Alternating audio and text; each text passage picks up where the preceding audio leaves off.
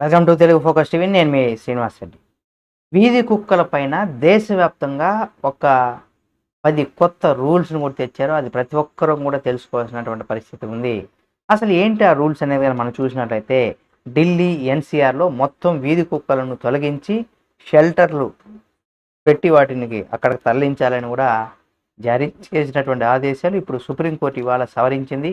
Justice Vikram Nath, justice Sandeep Mehta, అలాగే justice N V వీరు అంటే ధర్మాసనం కూడా వీళ్ళు జడ్జిలుగా ఉన్నారు కాబట్టి వీళ్ళు చెప్పినటువంటి విషయాలు ఏంటి, వాళ్ళు ఎటువంటి తీర్పునిచ్చారని కానీ మనం చూసినట్లయితే అంజరియాతో ముగ్గురు న్యాయమూర్తులు ధర్మాసనం ఈ నిర్ణయాన్ని కూడా మార్చింది.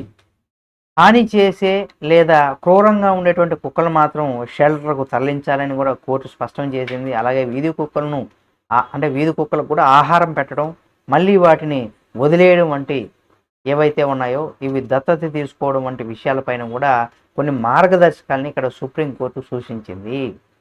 ఒక కీలకమైనటువంటి ఆదేశాలు కూడా జారీ చేసింది. కోపంగా ఉండేటువంటి కుక్కలు మాత్రమేనా, అంటే గతంలో వీధి కుక్కలు షెల్టర్కు తరలించారని ఇచ్చినటువంటి ఆదేశాలు సవరిస్తూ హాని చేసే లేదా క్రూరంగా ఉండేటువంటి కుక్కలు మాత్రమే షెల్టర్లు అంటే హోమ్స్కి ఉంచాలని, షెల్టర్ హోమ్లో అంటే తరలించి ఒక షెల్టర్ హోమ్లో కూడా ఉంచాలని కూడా కోర్టు అయితే పేర్కొంది.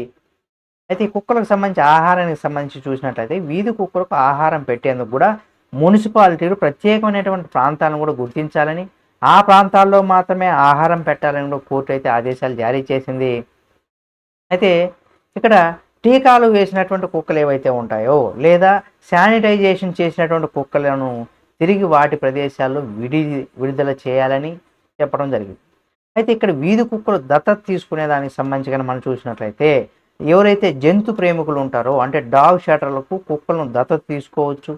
అంటే కొంతమంది కుక్కల్ని వాళ్ళ ఇంట్లో పెంచుకోకపోయినా కుక్కలు ఉంటే బాగుంటుంది అనే ఒక అభిప్రాయంతో ఉన్న వాళ్ళు ఏదైతే షెల్టర్లు, ఈ డాగ్ షెల్టర్స్ ఉంటాయి కదా, ఆ షెల్టర్లో కొన్ని రకాల కుక్కలు ఉంటాయి కాబట్టి ఆ షెల్టర్లో ఉన్నటువంటి కుక్కలకి వీరు ఏదో ఒకటి ఆ షెల్టర్లో ఉన్న దత్తత తీసుకొని అంటే ఇంటికి తీసుకురావాల్సింది ఆ షెల్టర్లో ఉన్నటువంటి కుక్కలకు ఆహారానికి సంబంధించి కావచ్చు, ఇతర ఏదైనా కావాల్సి వస్తే అవి మీరు కూడా దత్తత తీసుకొని ఆ షెల్టర్ వాటికి కావాల్సినవి మీరు చూసుకోవచ్చు అనమాట.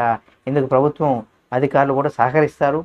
అలా ఎవరైతే డాగ్ లవర్స్ ఉంటో అటువంటి వాళ్ళకి ఇక మున్సిపల్ చర్యలు కూడా తీసుకోవాల్సినటువంటి పరిస్థితి. అంటే జంతువులు జనన నియంత్రణకి సంబంధించి అంటే ఈ అనిమల్స్ ఏదైతే బర్త్ కంట్రోల్ ఉంటుందో దాని నిబంధనలకు అనుగుణంగా కుక్కలను తరలించి మున్సిపల్ అధికారులు చర్యలు తీసుకోవాలని కూడా చెప్పినప్పుడు కూడా దీన్ని ఎవరు కూడా అడ్డుకోవద్దు. మున్సిపల్ అధికారులు కూడా ఎవరు కూడా దీన్ని అడ్డుకోకూడదు. అంటే అవి కొత్త సంతానాన్ని ఉత్పత్తి చేయాలనుకుంటే వాటిని దూరంగా ఉంచి ఇలాంటివి కాకుండా దాన్ని ఎవరు అడ్డుకోకుండా అని కూడా చెప్పడం జరిగింది.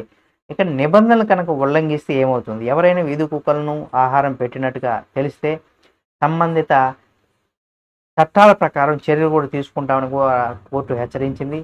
అయితే షెల్టర్ల నిర్మాణానికి సంబంధించి కూడా ఆగస్టు 11 నుంచి ఇచ్చినటువంటి ఆదేశాల ప్రకారం ఢిల్లీలో కొత్త డాగ్ షెల్టర్లు, కౌంట్లను కూడా ఏర్పాటు చేయాలని కూడా కోర్టు మున్సిపల్ సంస్థలు కూడా ఆదేశించింది.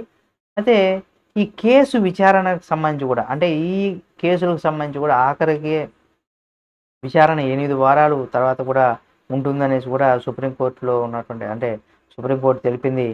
ఈ రూల్స్ అయితే మనం పాటించాలి ప్రతి ఒక్కరం కూడా దేశవ్యాప్తంగా.